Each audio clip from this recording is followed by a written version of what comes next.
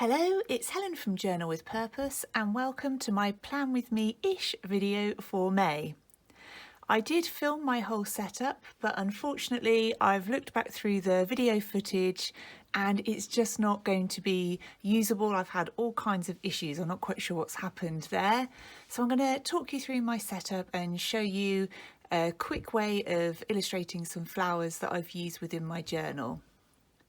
So first things first, I've changed the cover I'm using. I've had this one for a while. It's a paisley cover from Start Bay Notebooks, and I liked going into a lighter colour for the spring and summer months. I use a Rhodia Gold book as my main bullet journal. And one of the reasons I like these notebooks so much is partly the paper quality is just amazing, but also usually with a bullet journal you have to create a future log so that you can plan further ahead than the month you're in, and having this calendar at the front is undated, enables me to plan out as many months in advance as I need. So for my setup for May, I decided to go with a really simple flower illustration, and I went then just with the quote, "Do to our hearts what you do to earth's flowers." And for the colouring of the flower and the petals, I used the Tombow ABTs in a 020 and an 850. And for the lettering of the quote, I used the Tombow Fudenosuke brush pen with a soft nib. I get asked quite a lot about the brush lettering, so it is something that I'm going to cover quite soon on my YouTube channel, and I'm going to create some practice sheets which will be available as free downloads on my blog, and I'm also in the process of filming a class for Skillshare as well, all about the basics of brush lettering. So to create this cover page, I started off by lettering May.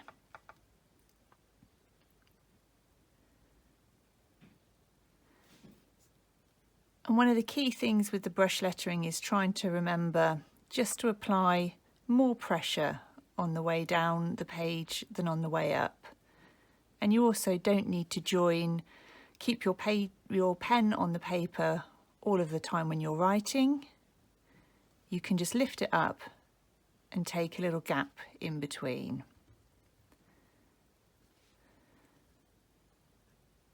So that was how I created the word May.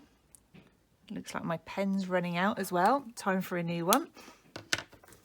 And if you're looking for a really quick and easy flower illustration, this is a really nice one to do. So you start off just with a curved line like that, which is creating the inner bit of this base here. And then you can just do some wavy lines and then bring it round to join the bottom there, and you've created your first petal. You can add then a second one here,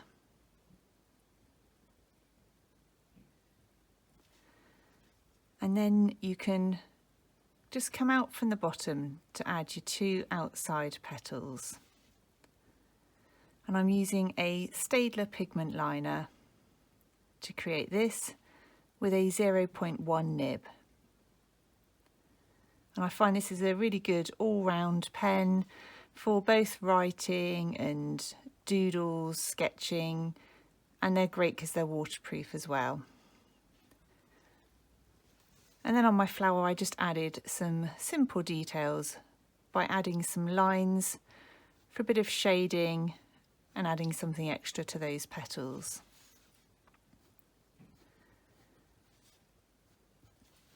And then I just created a nice simple stem coming all the way down through the page. So I hope that shows you what you would have seen on the original video. And then on this page I just created some really simple petals and I form them by just doing a round base up into a point. You can bring that round, and then did a little fold just to show that the petal is slightly folded over.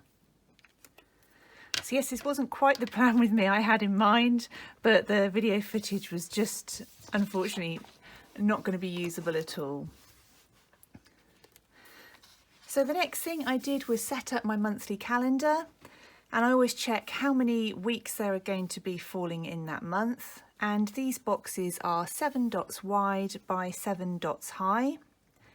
And I've used the same 2 Tombow ABT brush markers for the colours.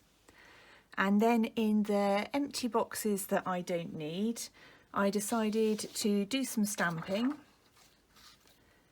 And I found that I think these stamps came in with an old card making magazine. So I've used those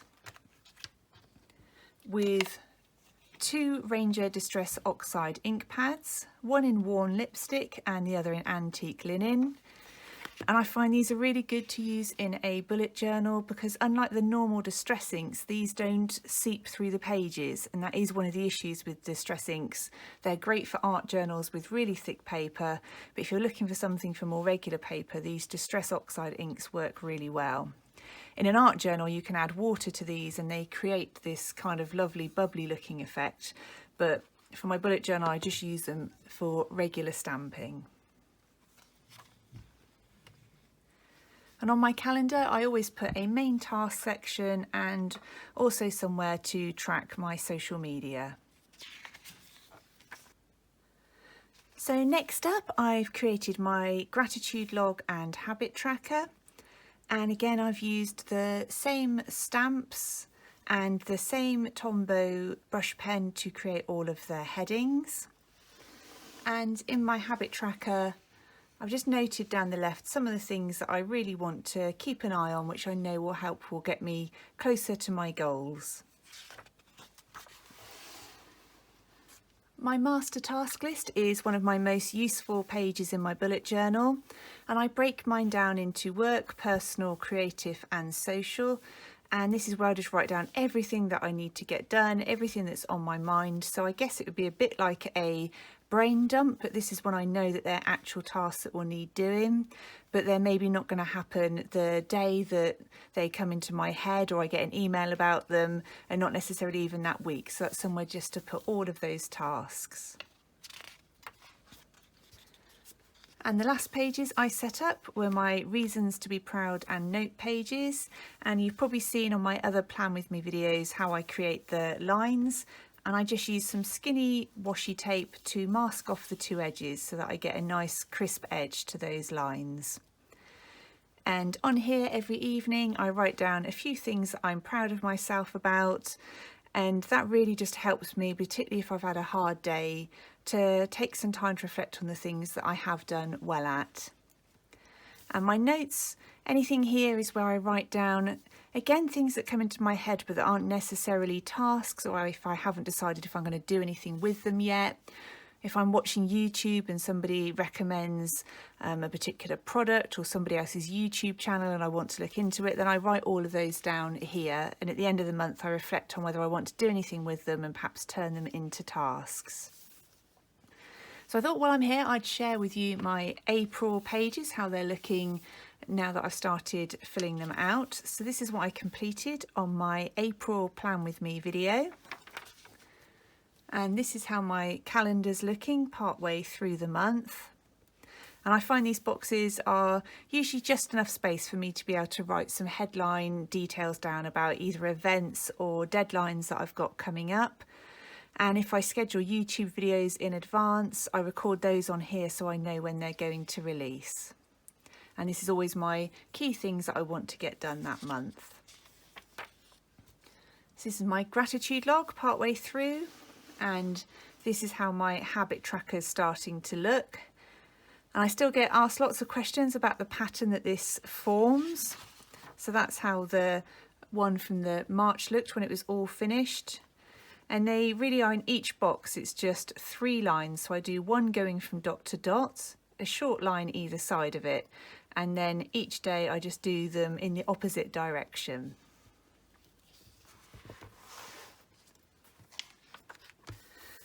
So that's how my master task list is looking. So again, creative projects, things that pop into my head that I want to do, or things that I've committed to doing for other people, they all get written down here and I start working through them as much as possible throughout the month. And for social media, I find this is really helpful to keep on track of different things that I want to post, because sometimes I create pages and forget to take photographs of them. But so as soon as I've completed something I think I might want to share, I write it down here, and then I know when I come to take photographs which things I've still got left to share on Instagram. So my reasons to be proud and notes pages. So on notes, things like building research time. So I've got some projects going on, and I tend to, when I plan things out, write down the tasks and how long the tasks are going to take me. But one of the things I forget sometimes is to think about the research time that I'm going to need to put in before I start them. So it's just making me think about how I plan and making sure that I'm doing things in the best way that I can. And also looking at things like project timelines and how I'm going to kind of plan out my workload over the next few months. This is one of my weekly logs. And I write down any events and deadlines for the week that are coming up. I record the meals that I'm having because I'm trying to eat more healthily, my tasks for that particular week, anything which comes up that I know I'm going to have to do the following week. And then on my healthy habits, I've got EWMH, and that's for how many minutes I've spent exercising every day, for having what I think is a healthy level of water each day, meditation, and then healthy eating. And behind my weekly log, I then have my daily tasks list. I've also got, I use my bullet journal for all sorts of things. So I've got a new cookery book. I'm not so sure if you've seen it, Pinch of Nom. And I've written down all the recipes I liked the idea of, and I just then highlight them once I've tried them. And this is where I'm planning out some ideas for future Skillshare classes that I want to film. I've got blog ideas here for future blog posts and for YouTube videos. And so this is where I'd planning out my next Skillshare class, the different things that I need to do to get the class ready to go, and then the things that I need to do once after I've published that class. That was my weekly log from last week, I think it was, and I used some stamps from London Gifties. They're rubber stamps with, again, Distress Oxide inks, and I just masked off these areas so that it didn't go into my actual page where I need to write, and stamp those along the edges. And then that's my daily list, where I seem to have a problem working out what the date was. I think it just gets confusing sometimes. That's my weekly log for this week. This is my current daily list. I then got other projects and things I'm working on. I've left then some spare pages so that I've got enough space before we get into May. So apologies again that this wasn't my usual Plan With Me video.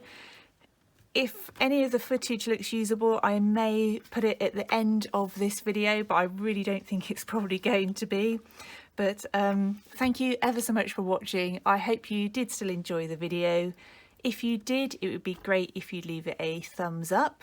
If you've got any questions or comments, please do leave them down below and I'll definitely get back to you.